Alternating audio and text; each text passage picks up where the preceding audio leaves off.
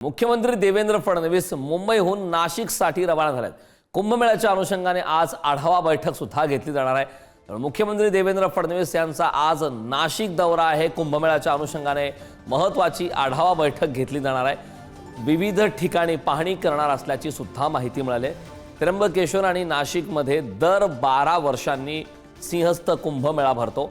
नाशिकचा पालकमंत्री अद्याप ठरलेला नसताना मुख्यमंत्री नाशिक दौऱ्यावर आहेत। खरं तर नाशिकच्या पालकमंत्री पदावरून वाद सुरू होता, मात्र आता मुख्यमंत्री देवेंद्र फडणवीस हे मुंबईहून नाशिकसाठी रवाना झालेले आहेत। कुंभमेळ्याच्या अनुषंगाने महत्त्वाची आढावा बैठक घेतली जाणार आहे। या बैठकीला आता देवेंद्र फडणवीस उपस्थित राहणार। कुंभमेळ्याच्या निमित्ताने त्र्यंबकेश्वरला भेटण्यासाठी जाणार आहोत। मुख्यमंत्री मोदींच्याकडे दर्शने घेतील आणि कुंभमेळ्याच्या तयारीच्या संदर्भामध्ये त्या ठिकाणी माहिती घेतील। मला वाटतं यावेळेचा कुंभमेळा आपल्यासाठी एक चॅलेंजिंग आहे, एक मोठं आव्हान आहे।